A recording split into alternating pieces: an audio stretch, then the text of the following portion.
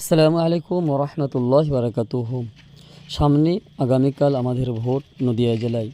তো ভোটটা আপনি তাকিয়ে দিবেন, যাকে দিলে আপনি ভাববেন যে এর দ্বারাই দেশের উপকার হবে, দেশের মানুষ নিরাপদ থাকবে, যে ধর্ম নিয়ে রাজনীতি করবে না, যে ধর্ম স্লোগানকে নিয়ে রাজনীতি লাগাবে না, মানুষকে ভালোবাসবে, মানুষের পাশে থাকবে, অসহায়কে ভালোবাসা দিবে।